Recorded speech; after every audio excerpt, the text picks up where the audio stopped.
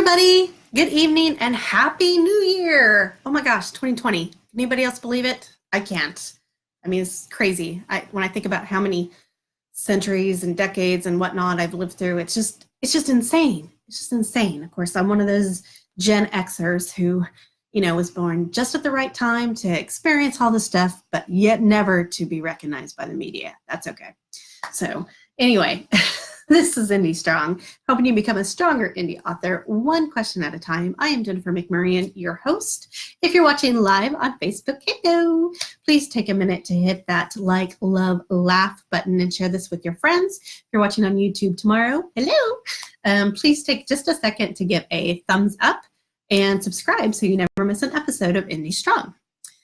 All right, so I'm titling this episode as This Is Me.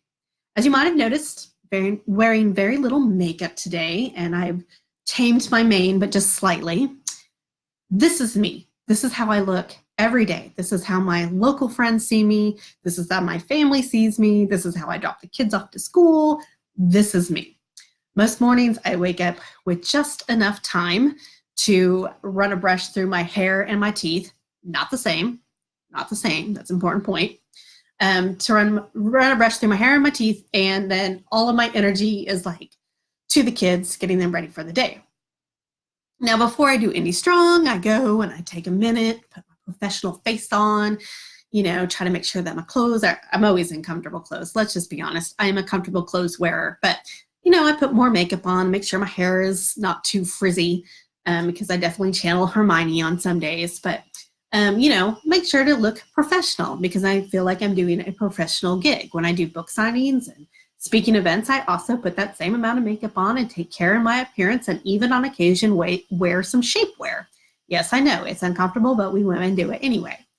But, I'm trying to look my best. I am dressing up, and I actually enjoy dressing up. I'm just kind of lazy about it most days. So I just don't have the energy for it, which sounds incredibly lazy. I know, but this is me. Okay. So why am I going on about my usual laissez-faire approach to my appearance? Well, because every question and comment I got for this episode of Indie Strong had to do with people wondering how in the world they're ever going to compete and how they compare themselves to other people, especially when they're seeing the awesomeness that people are posting on the internet. So tonight, I really want to send the message that you don't have to. You don't have to. It's okay to be you, and it's okay to do your own thing. Social media is an awesome tool, but keep in mind that most people are sharing the very best parts of themselves. I mean, think about it. When we do selfies, we all know like what angle so we don't have 400 chins. We know exactly where we want to go. And then we probably take like 4 or 5 selfies before we even post one. We're putting our best face forward, which is what I usually do on Indie Strong. I put on all the makeup. I try to look professional. But this is how I look every day. So I'm trying to pull back that facade to let you guys know it's okay. It's all good. You don't have to compare. And most people, they're showing you something that's not 100% real anyway. So they're sharing the best parts of their day on social media. Most likely people, they do share their worst days too, because they're looking for sympathy and hugs, and we should support them and give them that. But most people are just trying to make you laugh, or they're just like, they're super excited about an accomplishment, or, they just, it's a day. Nobody's just really being normal about it, talking about how they've argued with their mini-me daughter about Cinnamon Toast Crunch for 20 minutes. No, we don't really put that on there. Well, thank you, Rubina.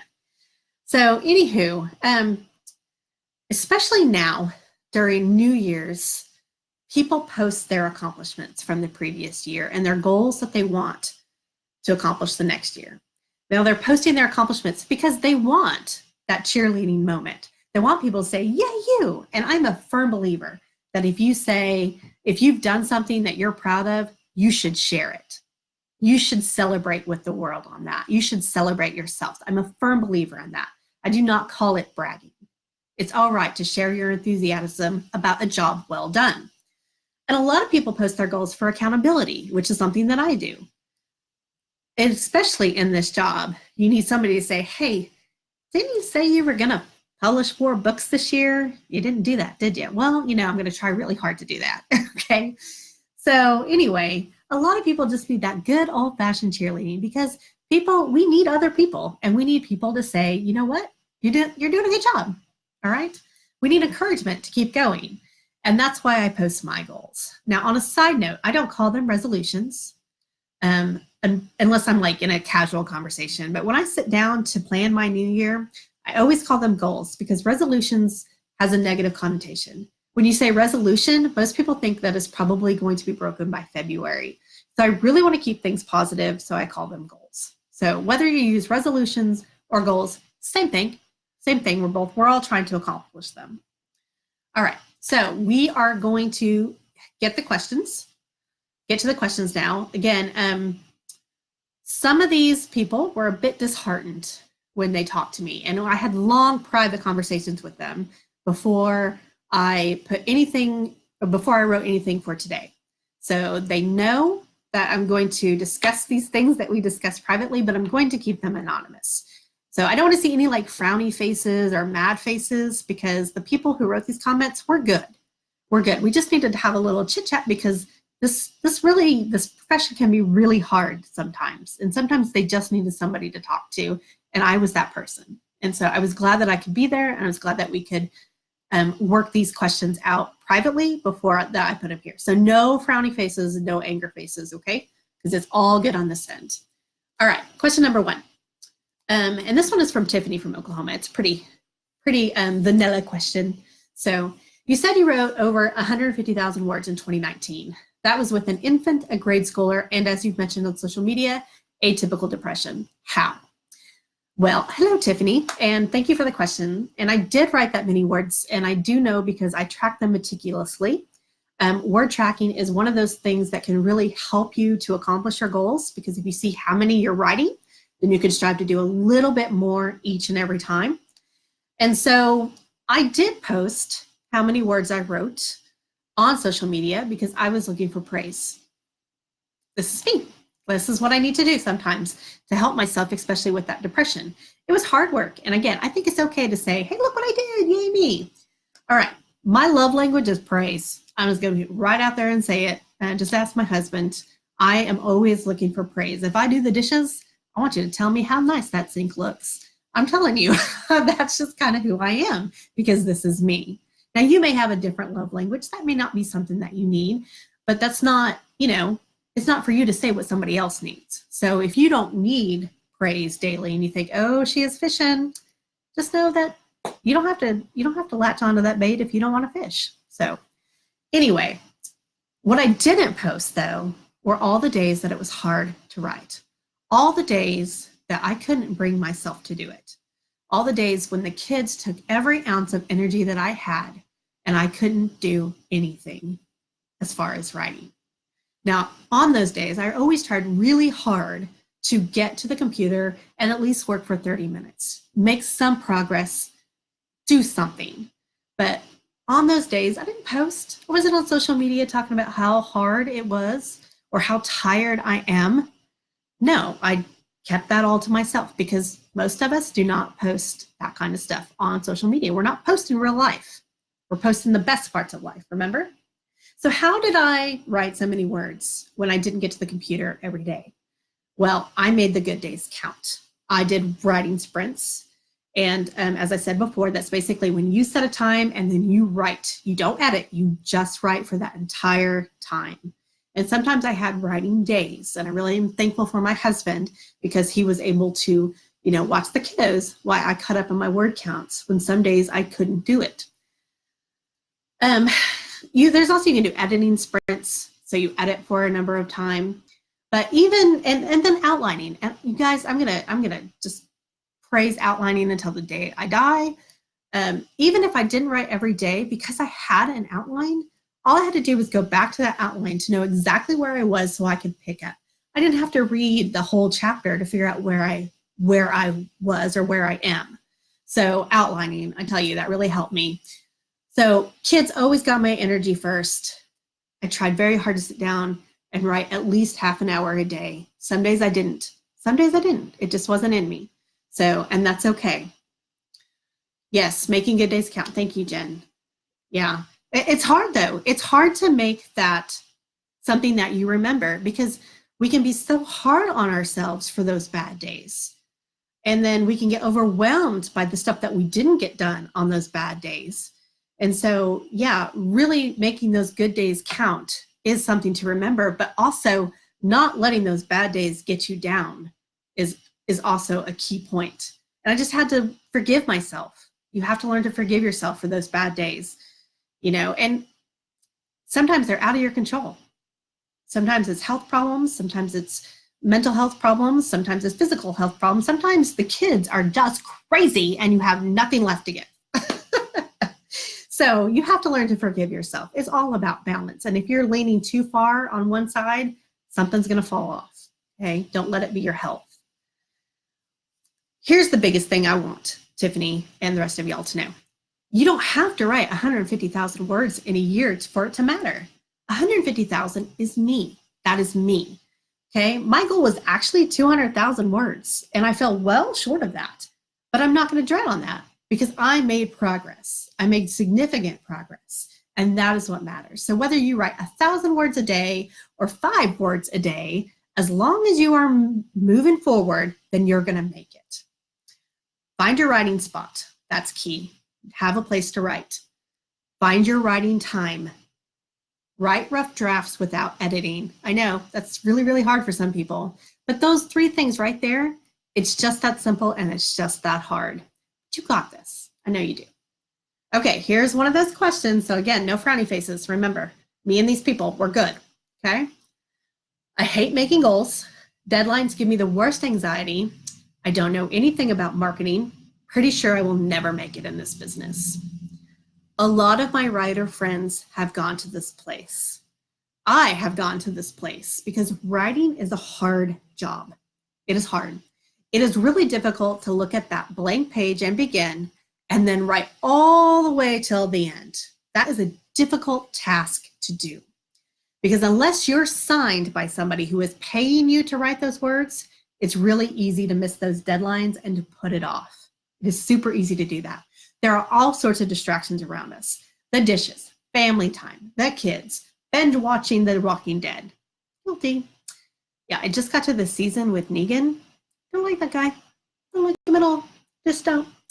Anywho, but we have to make the time. And then once you get that book finished, once you've done all that editing, then you gotta make it look professional, and then you gotta market it. You have to find a way to get noticed in a profession where everybody is trying to get noticed. And it is a struggle. As Stephen James said at OWFI a few years ago, it is easier than ever to get published. It is harder than ever to get noticed. And I struggle with this too. Again, I'm not posting about that online. I'm posting about all the triumphs because that's what people do online. And that's really what I want to get across. That is not a true representation of their lives usually. So I studied keywords and metadata all through winter break until I thought my head was going to explode. And I still can't tell you that I understand it. But I'm working really hard to figure it out. That and ads and marketing and anything that might work even just a little bit. I'm working hard to figure it out, but it's not easy and it can be super disheartening. But here's the point, okay? You cannot be in this business for the money. You just can't.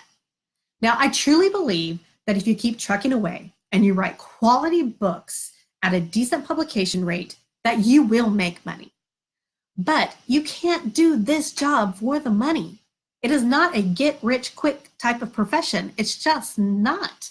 So if that is your goal, then most likely you're going to go bankrupt on the marketing alone before you ever make it big for your writing. Write because you love it. I'm going to say that again. Write because you love to. Write because your stories matter. They do. I'm going to say this forever. Your stories matter. That and outline. Your stories matter and outline them. Okay. Write because it's in your soul. Write because write the stories that you want to read. I think that was Maya Angelou. Keep writing because of those things. You cannot just write for the dollar sign. You have to write because you are a storyteller.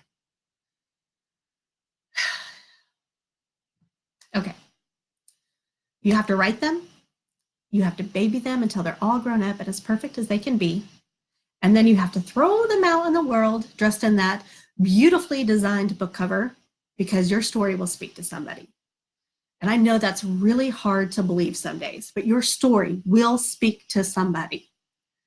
Being an indie author is owning your own small business. And most small businesses do not make it in the black immediately. It takes years. And it's not for lack of trying. It's not for lack of advertising or even the love of your field or your business. It's because it takes people a while to try something new. It takes people a while to try a new author. And sometimes it just takes that one book. Not sometimes. It just takes that one book to get the snowball effect of going viral rolling. And you never know when that one book is going to hit and it's all going to take off. You have to be an optimist in order to be an indie publisher. You just have to.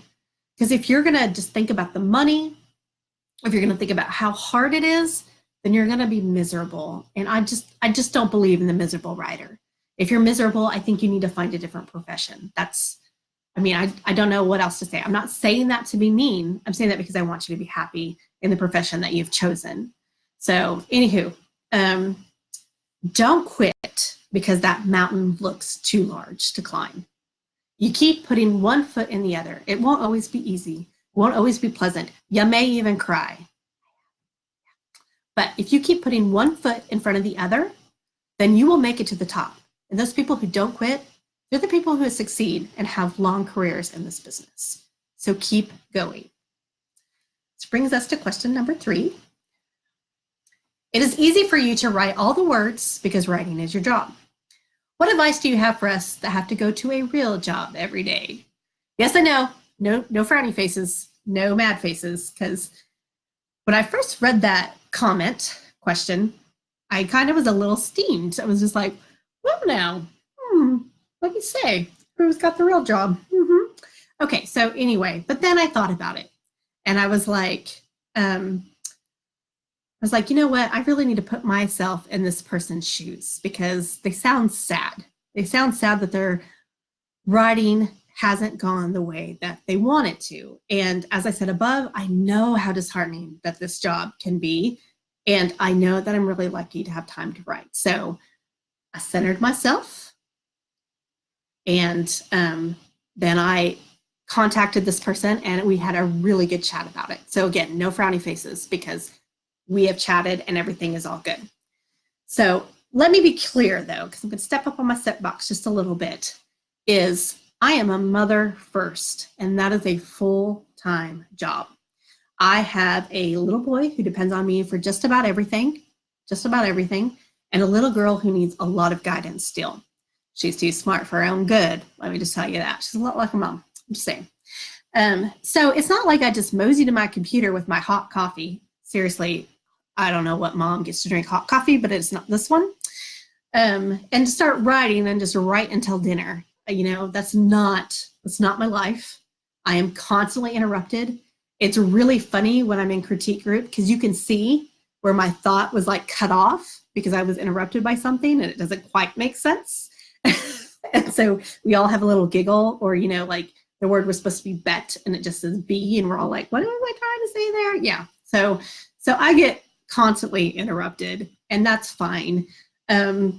Because again, I know how lucky I am to be able to work from home and to be with my family and to do all this stuff. And it's very hard though, when you're being interrupted, not to take that time for granted. It's very hard to keep going. And working from home, while it sounds like all great and stuff, I mean, it's hard. It's a tough gig. There are a lot of distractions around when you work from home. I would love to be able to have an office where I can go and just concentrate with the blinders on, but that's not the reality of it. And I love that I get to stay with my kiddos. So far too often though, us parents who stay at home with the kids, we get labeled as not having a real job. And that's what bothers me. I'm not sitting here going, oh, woe is me. My job is so hard. This is the toughest job that I love to death. But I just wanted to give a shout out to those stay-at-home parents, whether they're working or not, because that is a real job. And trust me, if you were paying us for it, you couldn't afford us. I'm telling you that right now. You could not afford us. So A shout out to all those stay-at-home parents, whether you're working or not, because it is tough. It is not all unicorn farts and glitter. It might be a lot of farts. We got kids like, I reckon. Anyway, off the soapbox. Just wanted to give a shout out to my fellow stay-at-home working moms plus you stay-at-home parents, period. I just feel like they get a really bad rap. You know, women, we've worked a long time to be able to decide whether we're going to go out to the workforce or stay at home with our kids. You'll get absolutely no judgment from me what you decide to do. Absolutely none. So you do you. This is me. Okay. All right. So again, the person was asking what good advice I could give somebody who has a 9-to-5 job. Okay. Time management is key to indie writing. Time management and optimism. And Jen, I hope yours comes back. I hope you get that optimistic spirit because I know you have it because I've talked to you and I've seen you at OWFI and stuff, and I know it's there. So I hope that you can find it again. So time management, that is the key as an independent author, regardless of whether you have a 9-to-5 or not. You have to schedule time and you have to do your best to stick to that time every day. You have to have a project. You have to set goals. You just have to in order to make it work, in order to finish things. Okay, that goes with everything in life. You have to set goals in order to finish things. I've said this before on Indie Strong. I work on more than one project at a time, but I always have a focus project. If I'm writing a rough draft, then I do my best to get in 1,000 new words a day. If I'm content editing, then I do 1 chapter a day. Now that's just on the focus project. That's not counting the other projects that I work on as well. If I'm doing a read through or copy editing, that's 4 chapters a day. If I'm formatting, I do the entire book in one setting. I hate stopping that in the middle of that process. It is such a tedious process. I mean, I'm so glad that I have the knowledge to be able to do it myself and I don't have to pay somebody, but it feels like if I have to stop and pick it up the next day, like it ruins the flow or something. So that I do in one setting, and I've gotten it down to where it takes me like an hour and a half to 2 hours, unless I run into problems, which almost always happens. But anyway, and then of course, publication, there's no way to put that in a jar because with all the fillers and the little things, and sometimes you have to wait on other people and the marketing and the promotion, that takes weeks. So you just have to do what you can do when you can do it when it comes to that. So the hard truth, the very hard truth of it is, in order to be a successful independent author, is that you have to sit down and write. You have to sit down and write. Again, just that easy, just that simple, but not. You have to carve out time every day, no matter how tired you are, even if it's a 20-minute sprint. Anything you do to move that project forward is progress, and you will finish it. Do I finish projects quickly? Yes. Again, the outlines help. Again, outline. They help me write faster, and I found my process. I did not finish books until I figured out my process. And so that's what you got to do. You got to figure out what process works for you, and then you have to work every day to make that happen. You never know.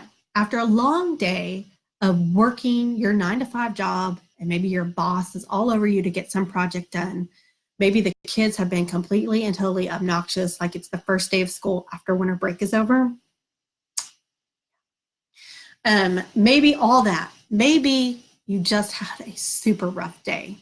It could be that 20 minutes of writing that you carved in, even though you are super tired, maybe that's the one thing that keeps you going from day to day to day. So don't give up on it. Just give yourself a little bit of time. Give yourself a little bit of forgiveness.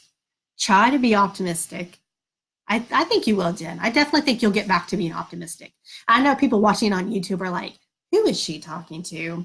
It's Facebook Live, their comments. That's one of the reasons I love doing a live, is so I can interact with people. So, and y'all, Jenna's super creative. She does all sorts of crafty stuff, knitting and writing, and she's got talent just going out of all of her fingers there. So anyway, find your process. Back to what I was talking about. Find your process. I finish projects quickly because I found my process. This is me. I know exactly what step I need to take after what step I need to take, what step after take. I know exactly how many chapters that I can edit during one of those sprints. I know exactly how many words I can write in an hour period of time. I know my process, okay? So find your process, find your time, work on your timeline, because this is you. Put quality first and everything else will fall in line. You're welcome, Jen. All right, that's it. That was the thought. See, interrupted, jagged thoughts. That happens in my writing all the time because I'm interrupted by children and husbands and phone calls and doctor's appointments. And so is the life of a mother.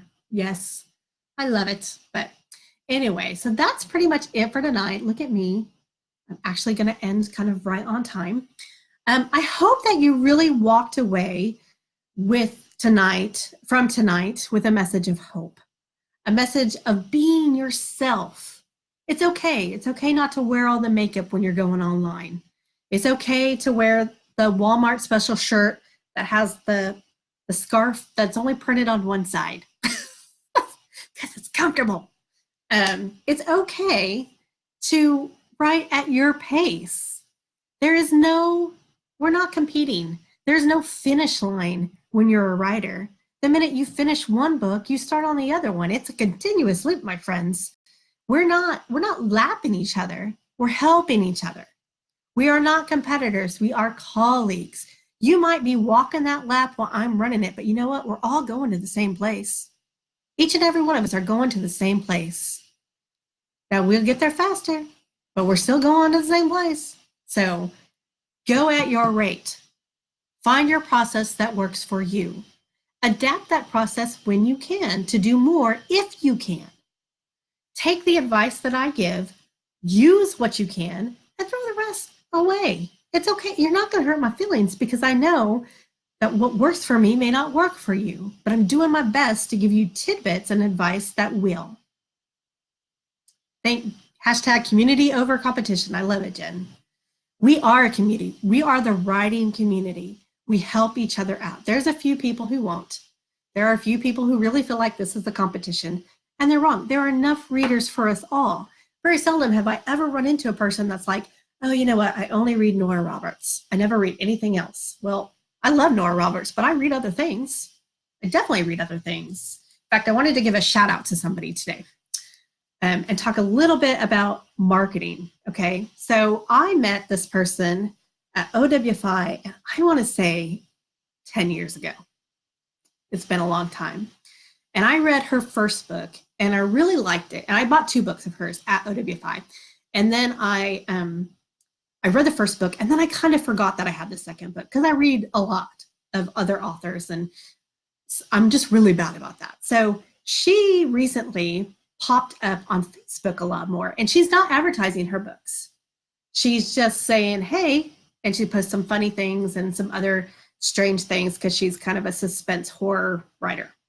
Okay, so her name is Deborah LeBlanc, and I just finished this book, and it is amazing.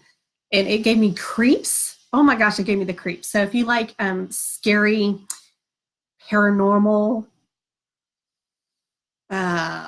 curses, this is the book for you. And I just wanted to give a shout out to her because I didn't pick her book back up because she was plastering it all over the Facebook. I picked this book back up because I was like, oh yeah, I met her. I really liked her. I need to read the next book of hers. And I went and I found it on my shelf and I dusted it off and I'm so glad that I did. So I just want to show you that marketing works even when you think it's not working, even when you're not posting about your books. So just take a cue from Deborah LeBlanc. And if you really like I said, suspense horror books, then pick up some of her books because they're really good. And don't worry about plastering book covers all over. Just be yourself. Just be you. That's what this whole thing is about. It's being you. Be your quirky self. Be your clumsy self. Be your unique self, because that's what makes this community great. If we all wrote the same, if we all acted the same, if we all marketed the same, then we're all going to get the same result, and that's not going to be good for anybody. So Again, I truly believe your stories matter. I'll help as much as I can. So I hope tonight has helped you. I hope that you're walking away with this like, yeah, I'm going to write all the words and all the stories because I'm a storyteller. So I hope you've had a good night and we've had a good chat. If you have a question for me for next week, again, no topic is really off market. You know, I do try to stay away from politics and religion. Those are really the only things. I've already pretty much said my views on those during one of the first or second, probably the first, no, second, I don't remember. One of the other episodes. Go to YouTube, watch those, and you'll hear my views on politics and religion. But if you have a question for me, PM me right here on the Facebook or email me at jennifermcmurrain@gmail.com. If you want to buy some of my books, because I'm going to blatantly do a sales pitch right now. They are all, you can buy a signed paperback on my website, jennifermcmurrain.com. Just go to the signed paperbacks and gift section. And I just signed my first book signing for the new year. I will be in Stillwater, Oklahoma on March 14th, 2020 at the Spring into Summer Craft Fair. Woohoo! So I will be there and I will have books and some little artsy things. So I'm branching out into some little artsy stuff too. So give you guys a bit of a variety. But those will only be available at the book signings. I'm not going to sell them on my page. So anyway, until then, remember, your stories matter. Happy writing, guys. Take care. Now to get my mouse where it needs to go. It's never in the right spot. It's always way over there. It needs to be over here. So anyway, you guys, I hope you have a fantastic new year. Take care.